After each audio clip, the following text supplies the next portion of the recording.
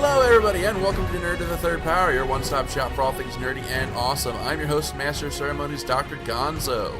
With us, as always, this epic quest of awesomeness is our resident anime goddess, the Cat. Cat, how you doing? I'm surviving. Hey, no new injuries or maladies afflicting you? Nothing new, no. I'm going back to the doctor this week to find out how broken my foot still is, so that should be fun. I also think that's going to be the theme of 2017. I'm surviving.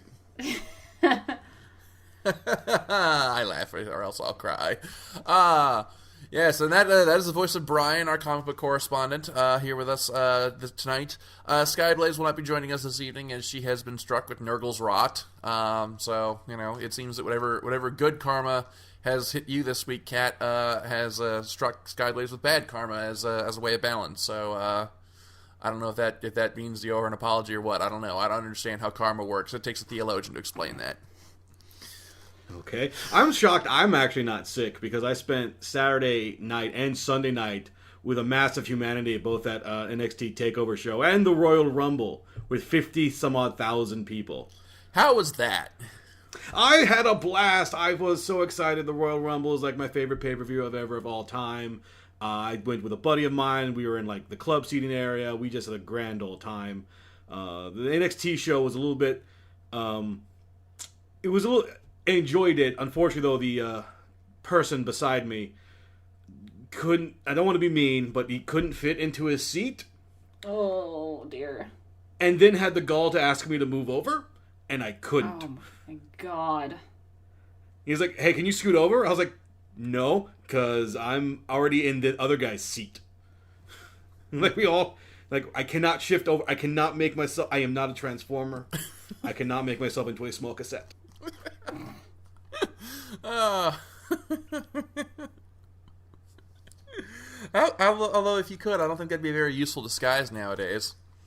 I think people... I don't know, man. People, I mean, I might point you out, but people are like, I don't know. It's like, that's weird. So cassette. Don't see those in it very often, and they walk away.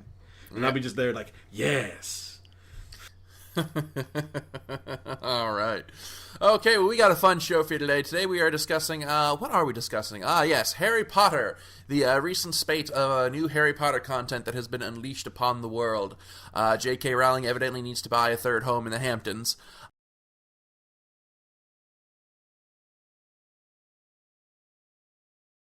We're going to be discussing the recent film, Fantastic Beasts and Where to Find Them, as well as Harry Potter and the Cursed Child, and just the general explosion of Harry Potter stuff that has occurred in the last couple of years. So that's going to be fun. But first, we are going to begin the show, as always, with Ask the Geek. And Brian, it is fortuitous that you, as our comic book guy, mentioned that you had been to the Royal Rumble, because we have a question here that is about both comic books and wrestling. Oh, dear God, this is not a good combination. All right. Shelley asks you, have you ever read any wrestling comics? And if so, do you have any favorites?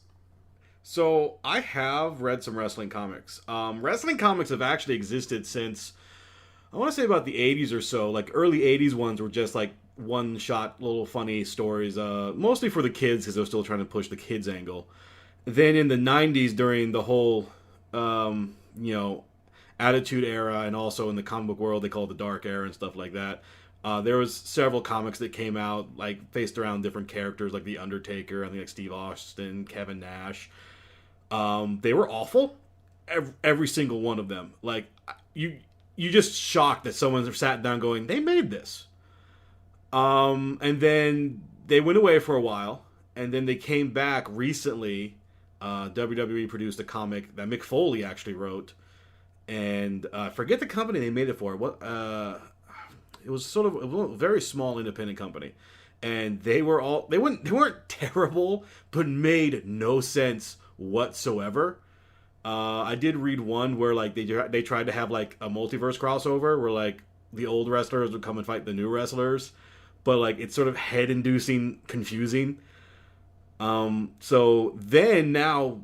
Well, so we're not done yet because now Boom Studios has picked up the license, and Boom Studios is now making WWE comics. For the most part, I think all they've done, they've only done a couple of issues so far, and people are like, hey, this looks really great, which to me tells me that, they're not completely terrible. Okay. What was your question? Well, when you mentioned having the older wrestlers come and fight the newer wrestlers, I just had this image in my head of like old late 80s, early 90s flamboyant happy Sting fighting late 90s to present gothic moody Sting. No, it was all more along lines of like like Hollywood Hogan coming back or something like that. I think they actually made like a joke on composite Superman Batman, which is a really obscure character in itself, where it's Superman and Batman combined into one character. I think they did like Hollywood Hogan, Hulk Hogan combined into one character. And I think I just stared at I haven't read it, I didn't buy it. It was in one of my used bookstores I go to, and I just looked at that page and went, slowly closed it, put it back on the shelf, went, nah, I'm good. No more for me. Yeah, it's okay. I got what I need to get. All right. And so with that question, I have exhausted the entirety of my wrestling knowledge. And the only reason I know Sting is from one of the many WCW games for the N64, and I was just like, oh, all right, I don't know who any of these people are. This guy looks cool, so I'll pick him. And then proceed to get some of those old ones from the N64, they actually had like real Japanese wrestlers, but they couldn't use the name, so they'll call like Ryu or like the Great Ninja or something like that. Those are always fun to find. I actually still have one of those. I'm told that a lot of them have held up even today. Oh yeah, but that's a topic for another day. Okay, all right. She also has a question for Kat, and her question for Kat is, what are your thoughts on the rumors of the Sailor Moon Crystal sequel?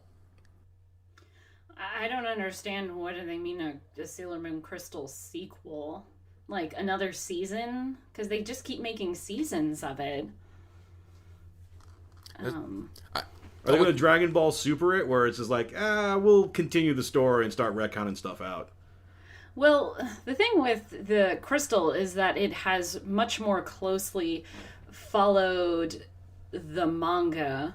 So presumably Crystal will just follow the manga until the end of the manga.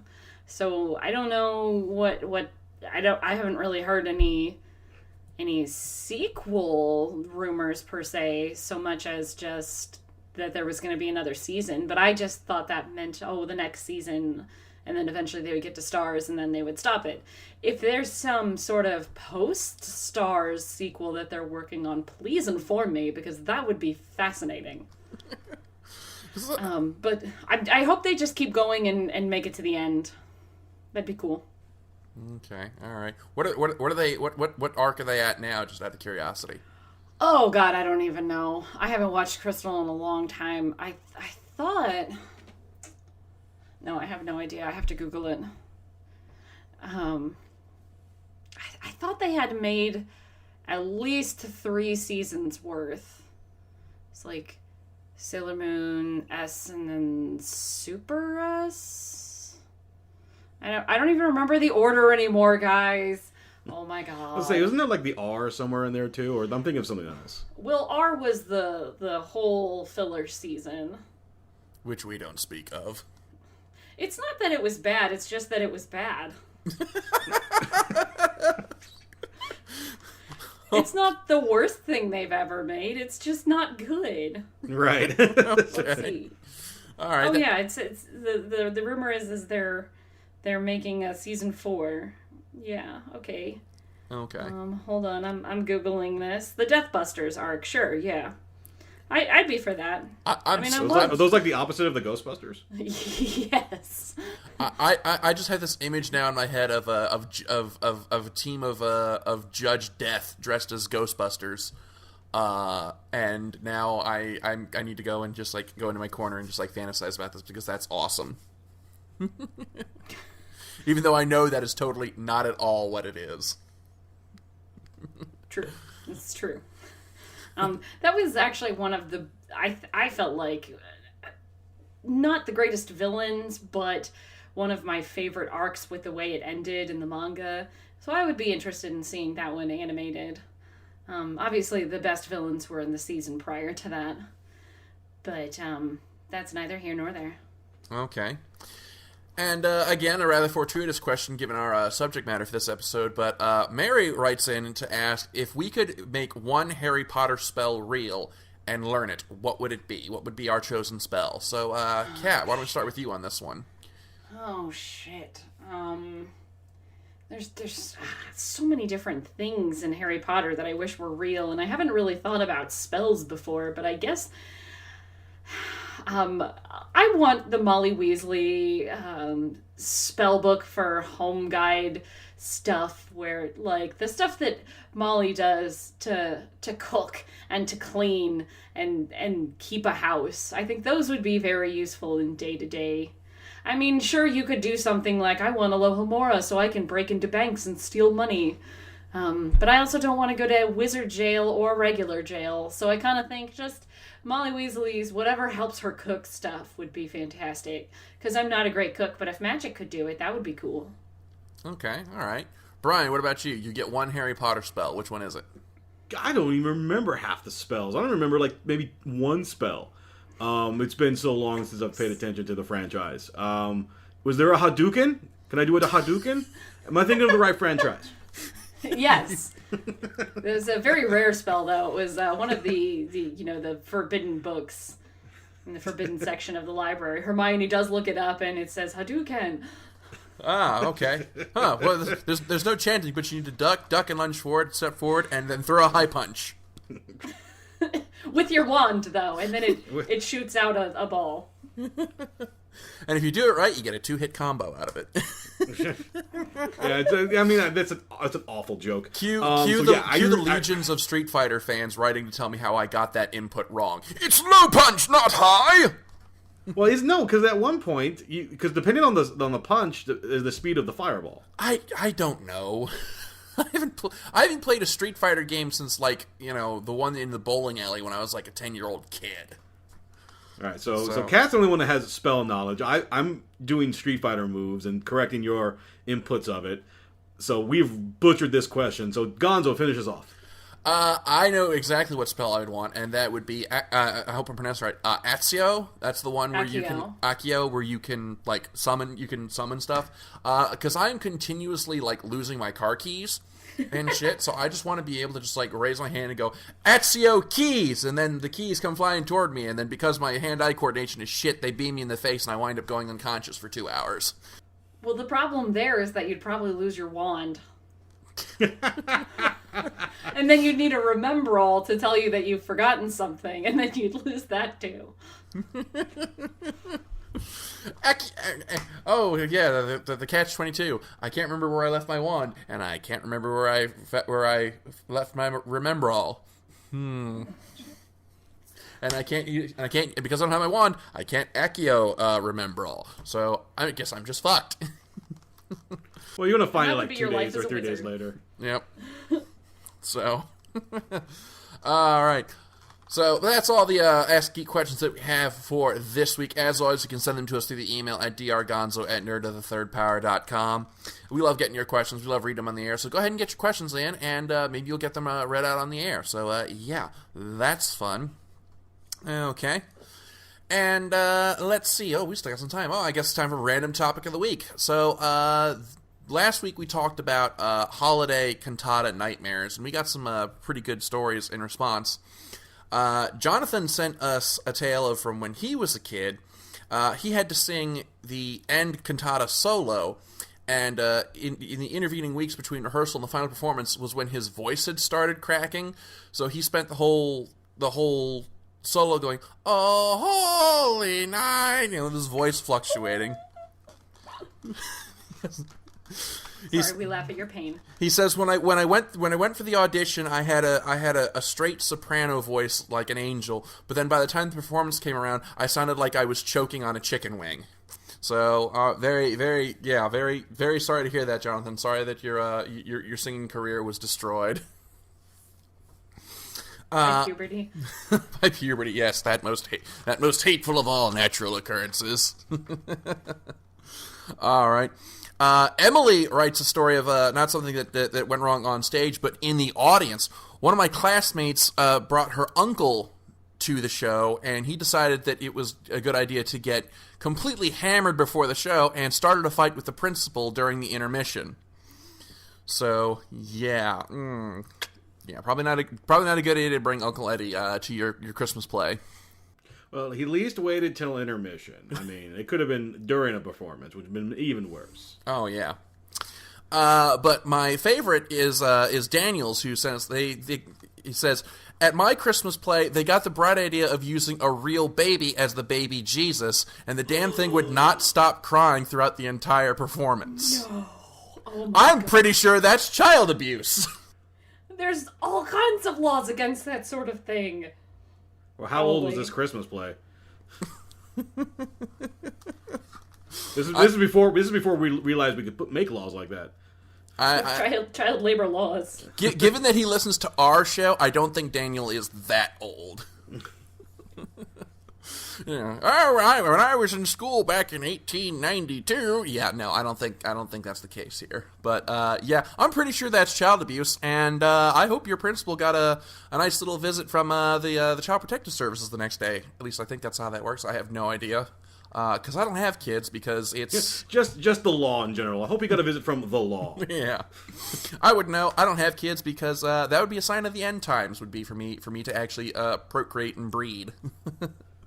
So, yeah.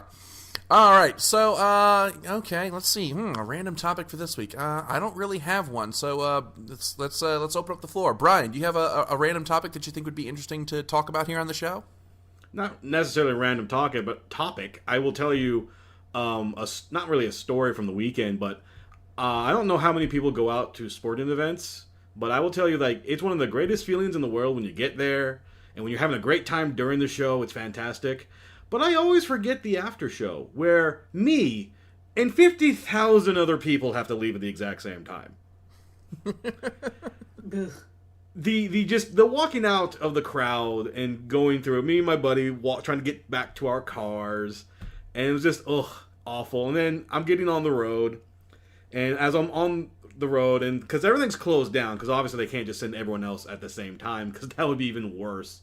Is you're sent down like detours and side streets and going through all different ways. I only live like 20 minutes away from the Alamo Dome. It took me like an hour and a half to get home because of this. And to make matters worse, so after being sent on all these detours, when I finally get to the highway that's going to lead me home, I slowly see in the distance coming towards me the Alamo Dome again. So I've just gone in one giant circle. Oh, God. So it was literally me just driving, going like, oh, finally the traffic's gone, I can get home, and I was just fucking here! You done fucked up, son. You done fucked up. When my family went to Disney World, I think I mentioned on our first show of the year that we did New Year's Eve at Cinderella's Castle, and it was like I say it's standing room only. That doesn't do it justice. Like there were so many people packed in that like even sardines would look at us and go, "Damn, dude, you guys need to spread out." And after the fireworks show was over, it was, you literally could not move against the crowd. It was just this mass of flesh just moving in all directions. It's like you were caught in a river. And we all got separated. So it's like, okay, those of us who make it to the gate and survive, meet at the monorail. And the whole time I'm being pushed around towards Space Mountain because that was the part of the crowd that I had been caught in, the part that was headed out that way.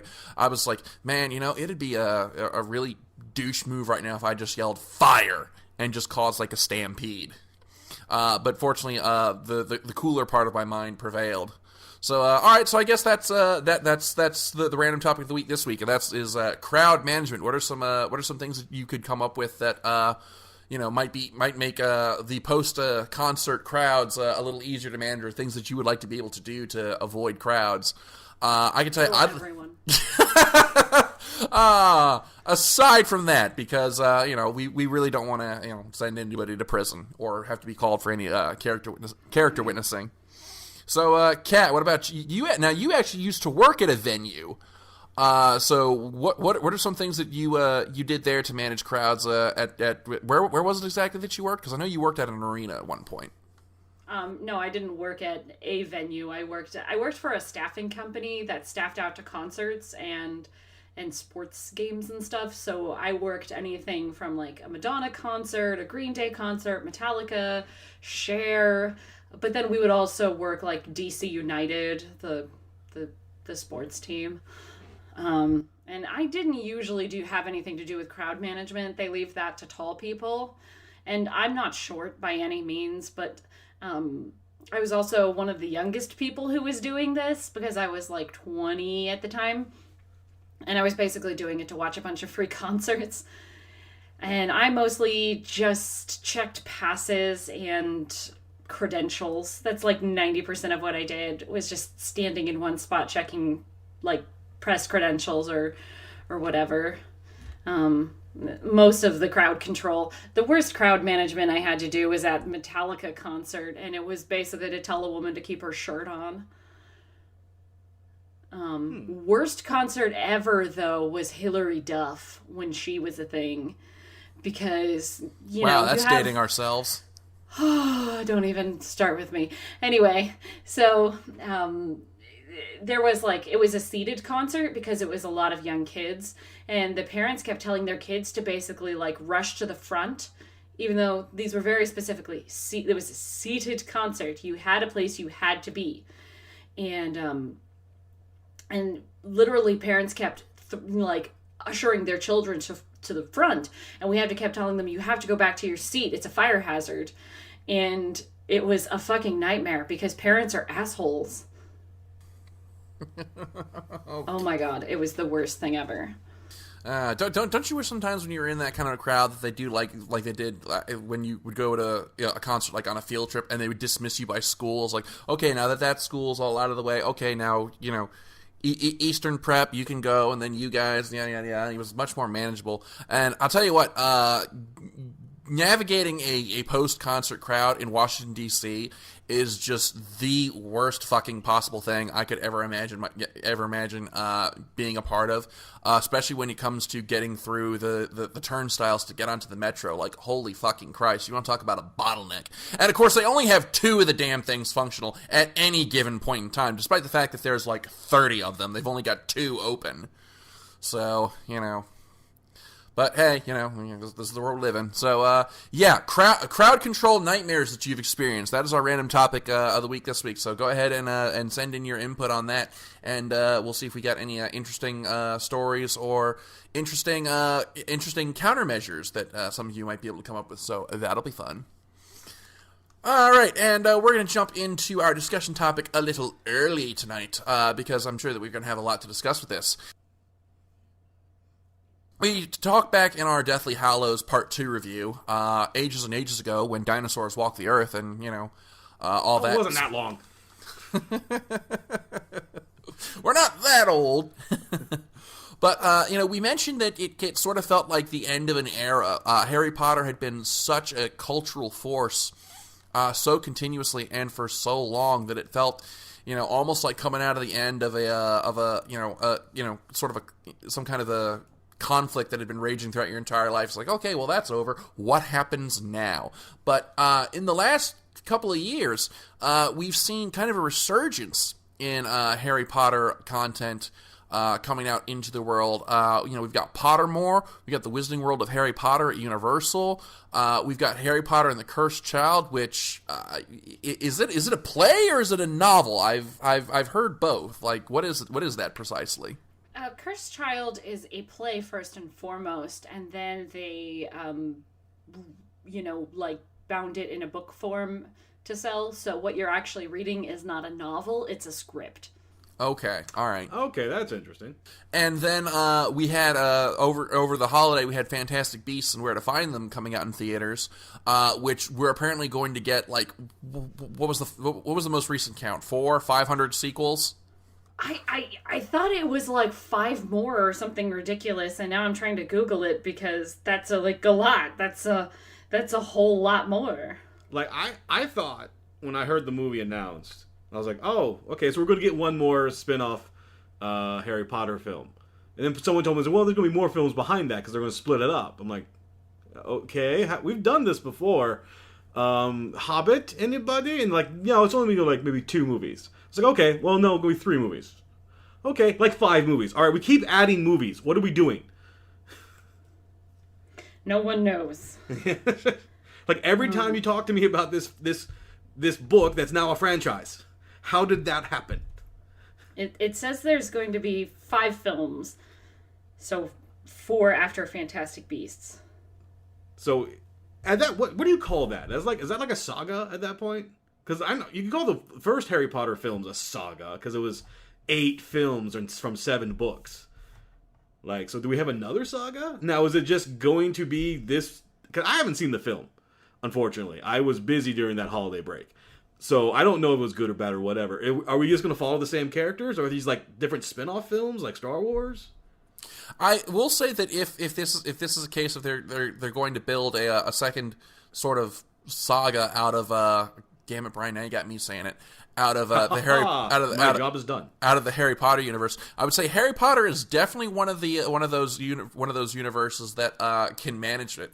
Because, you know, as involved as the original novels were, we still really only got to see like a very small part of what was very clearly a much larger world. So there is definitely room for expansion in there. So I would definitely say that if there's any universe that could handle being expanded in such a franchise, Harry Potter is certainly one of them. Well, yeah, because the original Harry Potter's, where you saw it from Harry Potter's point of view being introduced. So yeah, you only got the seesaw, a small percentage of it. I can talk, I swear. Use your big boy words. So Seesaw, I mean, chainsaws. I have no issues with them saying, okay, let's, we can expand on this a little bit more. Obviously, having like a theme park area again, I was expecting that pretty early as the books got popular and then the films got popular after it. But like, I'm just concerned now because for a while, like when Harry Potter ended, like you said, it felt like an end of an era. It's like, okay, it is done. The screen says the end. And now it's like, well, here's some more stuff. And then the skeptic in me kind of comes out going, are we expanding too soon? Are we expanding too late? How are things going to go with that? Man, the skeptic in you is a very active part of you because now this is the second show that portion of you has suggested. Are we drowning in Harry Potter or are we drowning in Star Wars? Your cynic part of you just has a drowning fetish, doesn't he? As I get older, and I've been around a lot more, I just get concerned. All right, but well, I guess we should go back to our to the thesis that we had in our Star Wars episode, which is we should examine the quality, not necessarily the quantity. So let's start and talk a bit about Harry Potter and the Cursed Child, the much anticipated continuation of the Harry Potter saga, featuring the Holy Trinity as full adults with lives and families of their own. So. Have you guys? I haven't had a chance to read it yet or see the play. Kat, what about you? Have you had a chance to follow it? I read it because that's what I do. I obviously haven't seen the play because it had such a limited run. And good fucking luck getting Broadway tickets on our budget.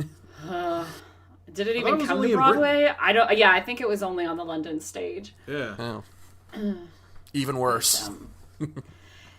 I'm assuming Brian didn't have a chance to read it. That is correct. Okay, so this is the fucking weirdest thing I've ever read. I did, first off, really enjoy reading it as a script. It was very different to read it as a script rather than a book. It really left a lot of the visuals to the imagination, especially because I've read a lot of Tolkien, where I'm kind of used to having every single detail described to me, and that's very tedious. And so it was nice to have... And the third button down on his collar was inlaid in ivory and jade. Yeah, get on with it. And the blades of grass were bent just so. Yes, we understand Tolkien. It's very important that blade of grass be bent just so. Anyway, so it was kind of interesting. I felt a little lost at times because I didn't have quite enough of a grip of what the magic should look like, or what certain scenes should look like. But because we've had all these other movies, there's a lot of settings and characters who we already know what they look like. But because I know this is based that this was a play and that they cast people for it, I did go online and Google all of the actors that they picked so that I could get a better image in my mind of who this was being not written for, but, you know, who was playing this person. So it was kind of different to have, you know, different faces on it. There was obviously people freaked out about Hermione, grown-up Hermione, being played by a black woman, which I didn't really care at all. But it was interesting to have the different visuals, because I would try and picture, you know, a grown-up version of the actors that we knew from the films, and then try and mesh that together with the actors that they chose for the play and try and make that work in my head. And it doesn't always at times, but yeah, that part was weird. Very different to read it as a script, but I liked reading it as a script. Sorry, go ahead. I was going to start talking about the story. Oh, which is exactly what I was about to start asking you about. Great minds think alike. You can segue into it if you want. I think we just did.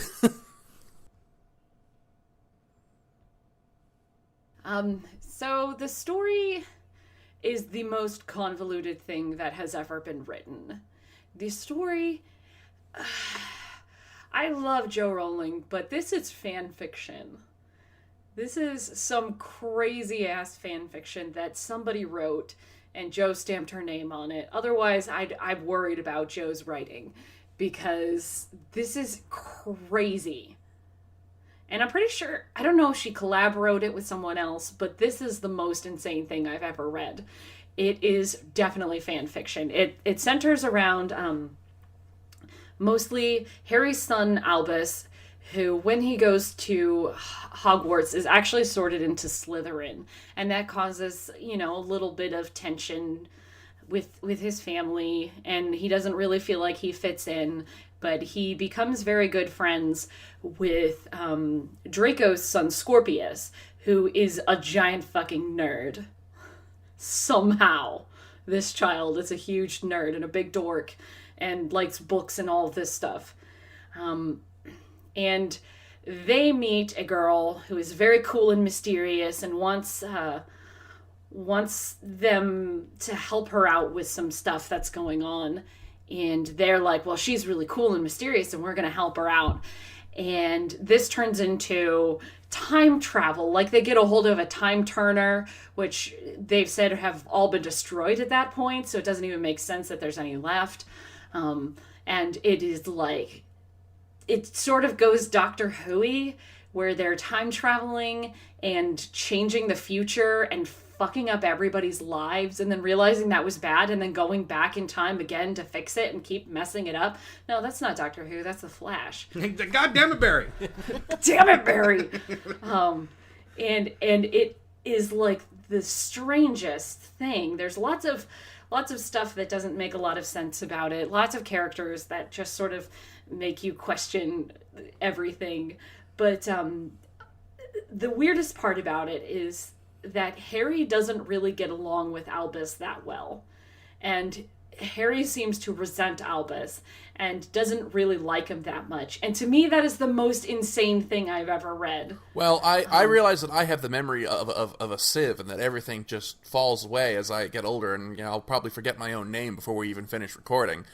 But I seem to recall at the end of the 7th book, Albus specifically asking about what happens if I get sorted into Slytherin, and Harry going, oh no, it's okay, it doesn't matter what house you're sorted in, we'll love you anyway. Right, and for that, you know, passionate moment of I love you no matter what, to turn into this sort of bitter resentment that, yeah, he's a Slytherin, so he might actually be bad deep down, because he never really got over it. And he actually has a line at some point in time that says, sometimes I wish you weren't my son. And you're just like, oh my god, Harry Potter would never say that.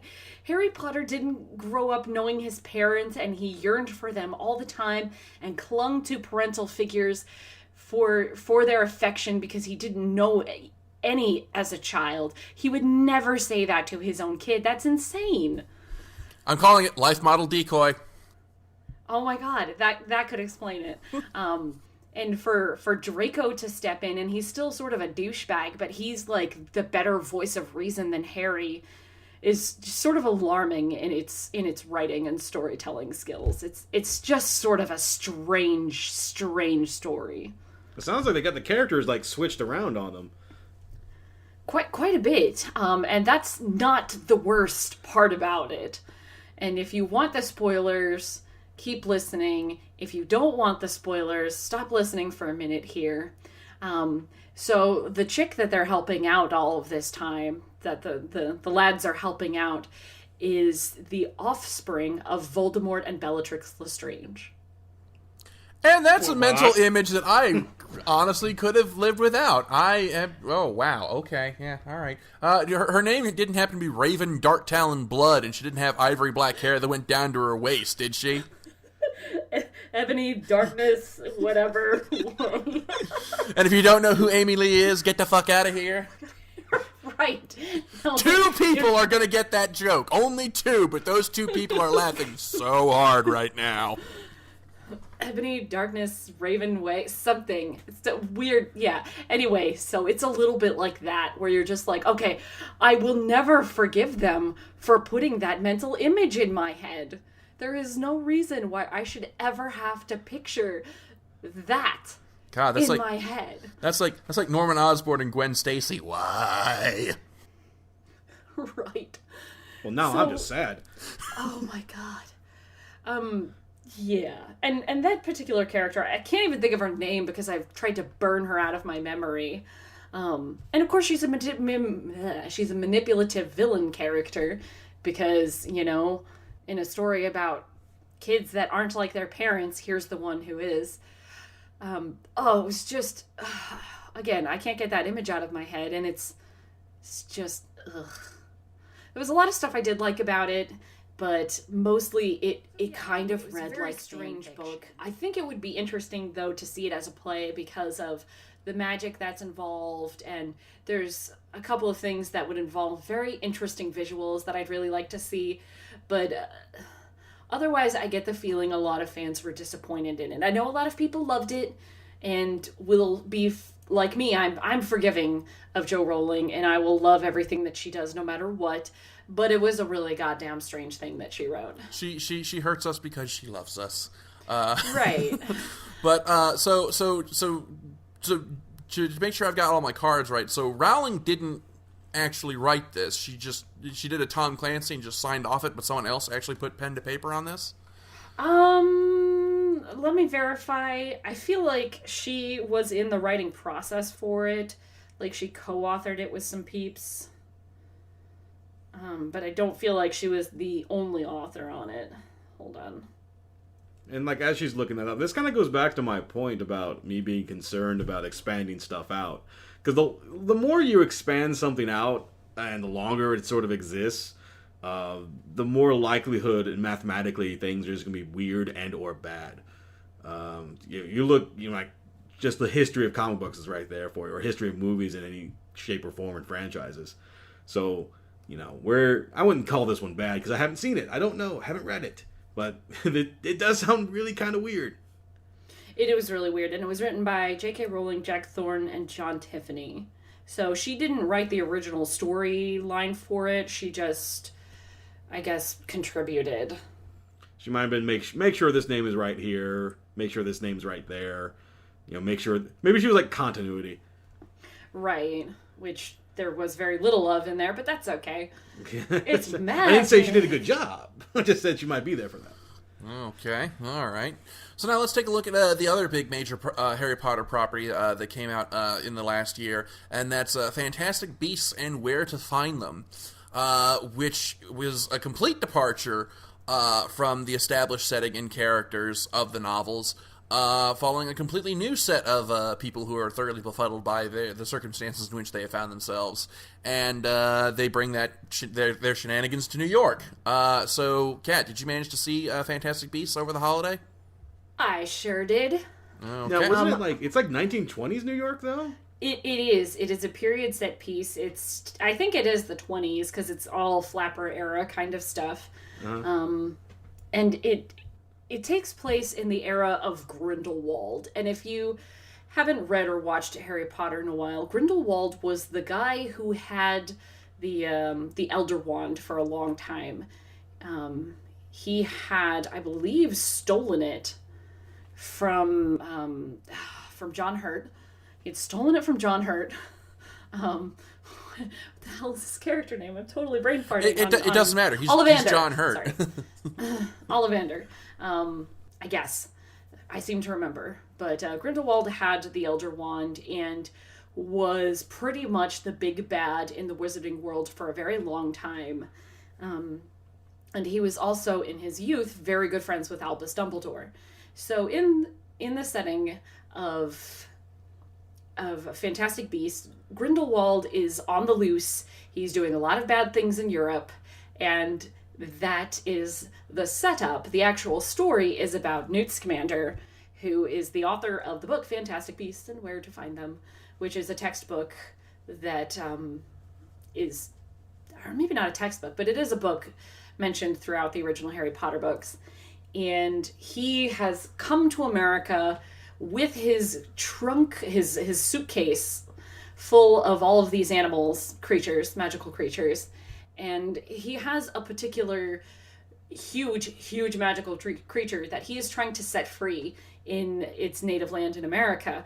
And it's basically this horrible mix-up where, oops, we switched briefcases and somebody else has all of my magical creatures and I have someone's shampoo. It was actually a suitcase full of like little cakes and pastries. Not the worst mix-up in the because this was pre 9/11 when you could take baked goods onto an airplane. He came by boat. Oh well, okay, that completely ruins that joke.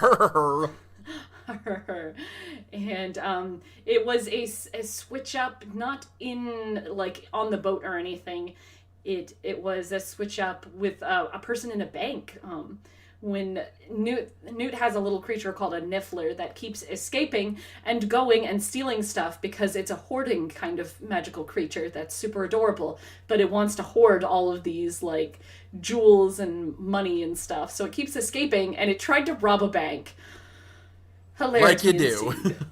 Right. This is a stick-up. Put the money in the sack of holding. Exactly. So it started off, very, very charming and very cute.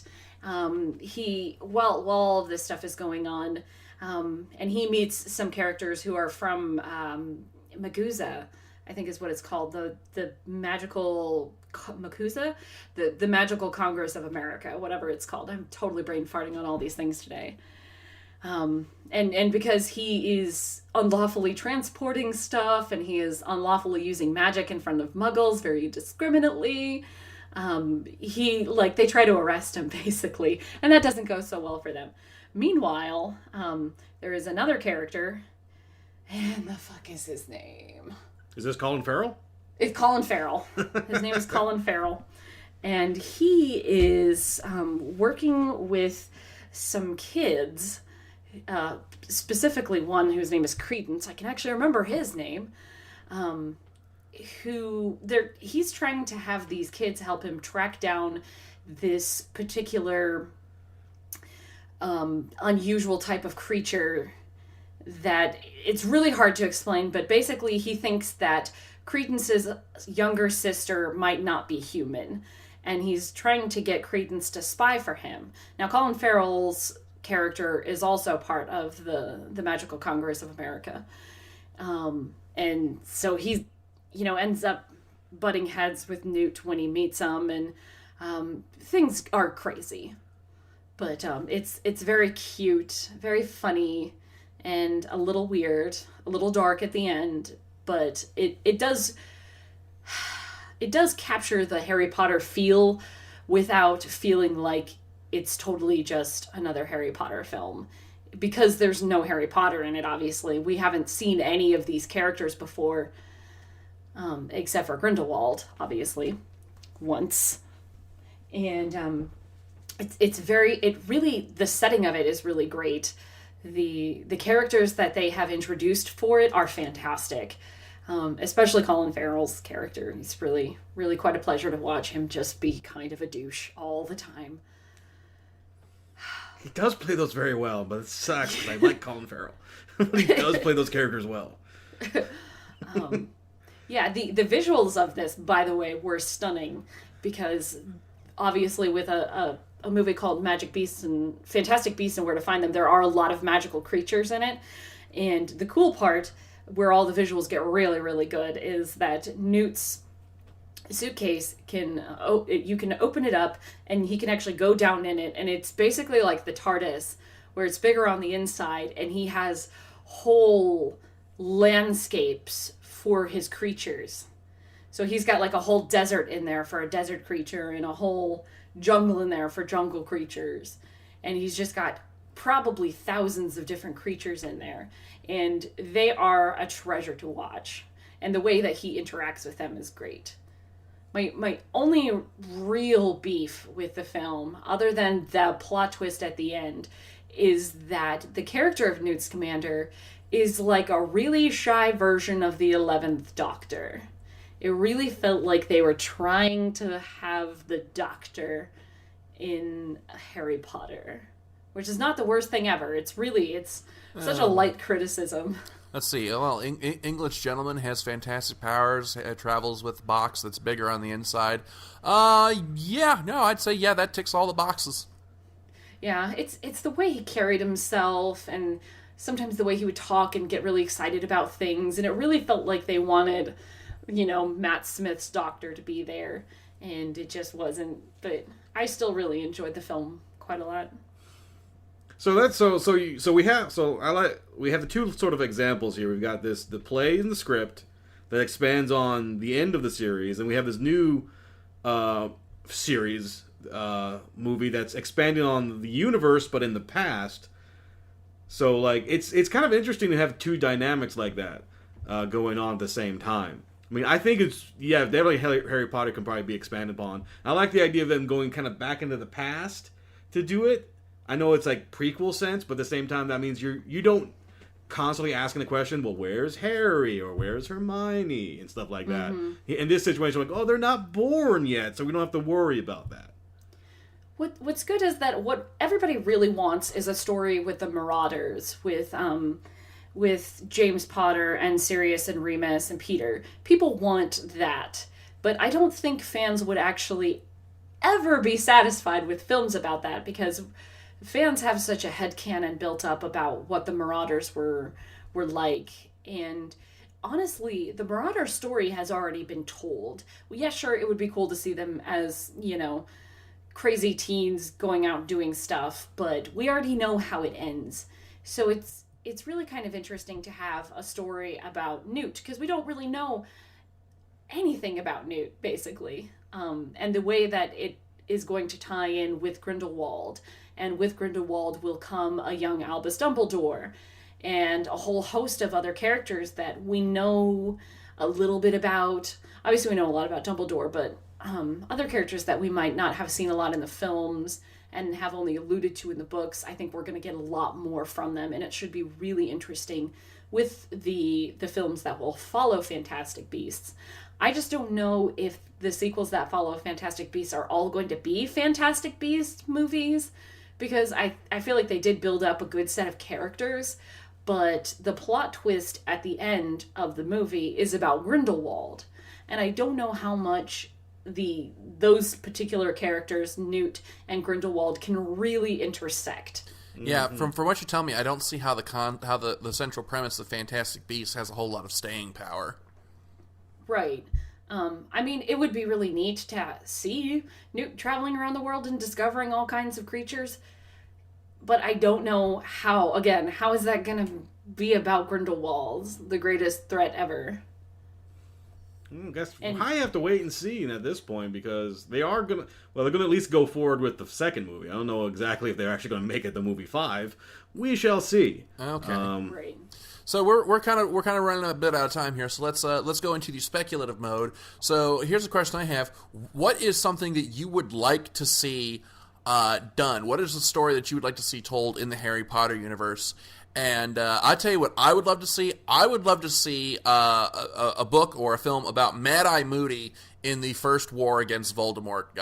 Because Oh my god. Yes. Mad-Eye Moody is like, he's like Judge Dredd and Boba Fett and every government conspiracy theorist ever rolled into one. He's the most paranoid, badass son of a bitch in the whole original series, to my mind. I want to know what he did with the original Order of the Phoenix, and I want to see that, because I think that would be fucking awesome. I totally agree. I think the I think they call it the First Wizarding War is the one where the Order of the Phoenix originated.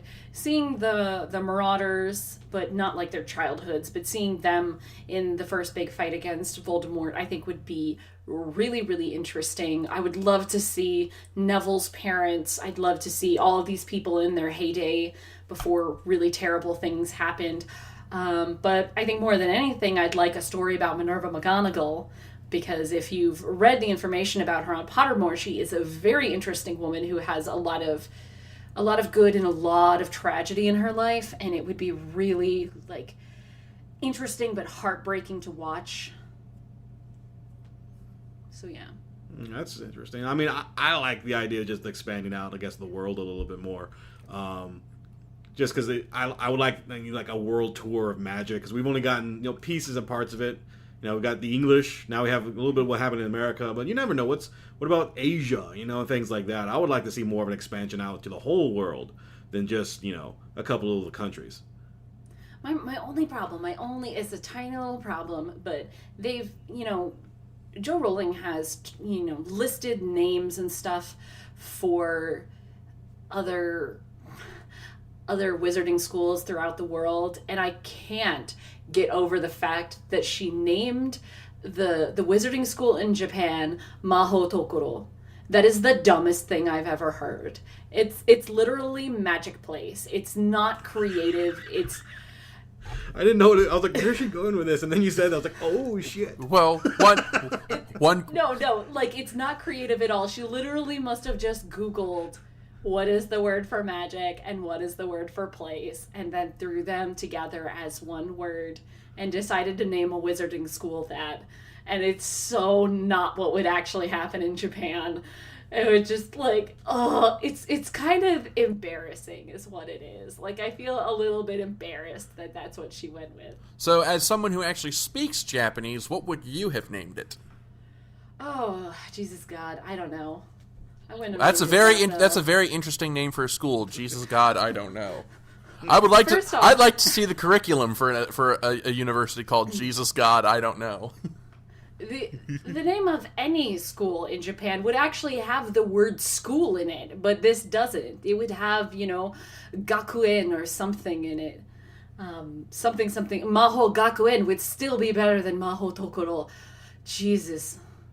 And it's such a mouthful, like Hogwarts School of Witchcraft and Wizardry is a mouthful, but at least it sounds kind of cool. Maho Tokoro is like, it's just... It's just there. But I would actually like to know more about the other schools and what their houses are like besides just the American. And I'm hoping that because of Pottermore and the fact that they have, sorting for the Ilvermorny? Fuck. So brain farting today. For the American school, there's sorting and you can figure out which house you would be in. For the American school, hopefully they'll do that for the other schools and you can figure out what house you'd be in at the school in Russia and the school in Japan, and I think there's supposed to be one in Brazil and a few more after that. In America, you cast spells with wand, but in Soviet Russia, wand casts spells with you. I'm sorry, I couldn't resist. That's awful. You should feel bad. I will. Yeah, I wish it cut that. And that is how... seriously, I mean... I'm a terrible joke artist, but Jesus Christ. That's not actually even funny. Alright, and I guess that's where we will end the show then. Us just berating the host. Yep. Like we do every week. So anyway. Yeah, that would not be anything new. Yep. So, but that's all the time that we have for Nerd of the Third Power this week. We've had a lot of fun discussing the recent Harry Potter content and looking forward to the future. So thank you as always for tuning in. We will see you guys in a couple weeks. As always, I'm Dr. Gonzo. I'm the cat. And I'm Brian, Wizard. Wow, you give me shit for a bad joke, and then you follow up with that? Okay, all right. We'll see you next week. Taka, play us out.